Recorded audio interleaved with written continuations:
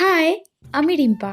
আজকে তোমাদের সাথে আমার গ্রামে কাটানো একটা শীতের সকালের কিছু সুন্দর মুহূর্ত শেয়ার করব। আগের মিনি ভ্লগেই তোমাদের সাথে শেয়ার করেছি যে আমরা শহরের কোলাহলপূর্ণ জীবনযাপন ছেড়ে একটু স্বস্তির জন্য গ্রামে ঘুরতে এসেছি। আর সেখানে এসে আমরা সকাল সকাল ঘুম থেকে উঠে পড়েছিলাম, কারণ কুয়াশায় মোড়া শীতের সকালে গ্রামকে কেমন লাগে সেটাই দেখবো বলে। আর আমরা যেই দৃশ্যটা উপভোগ করলাম, সত্যি এক কথায় অতুলনীয়। চারিদিকের মাঠ ঘাট চাষের জমি সবকিছুই যেন কুয়াশার চাদরে ঢেকে গেছে। হ্যাঁ, তার সাথে ঠান্ডাটাও কিন্তু প্রচন্ড পরিমাণের লাগছিল। আমরা হাঁটতে হাঁটতে গ্রামের বেশ অনেকটা দূরে চলে গিয়েছিলাম, আর সেখানে গিয়ে দেখলাম নানান ধরনের ফুলের চাষ করা হয়েছে। তার মধ্যে রজনীগন্ধা ফুলের ক্ষেতের পাশ থেকে অপূর্ব সুন্দর রজনীগন্ধার গন্ধ ছাড়ছিল। জানো, আজ রবীন্দ্রনাথ ঠাকুরের লেখা একটি শিশির বিন্দু কবিতাটির একটা লাইন খুব মনে পড়ছিল। দেখিতে গিয়াছি পর্বতমালা, দেখিতে গিয়াছি সিন্ধু, দেখা হয় নাই চক্ষু মেলিয়া, ঘর হইতে দুই পা ফেলিয়া, একটি ধানের শীষের ওপর একটি শিশির বিন্দু। সত্যিই তো,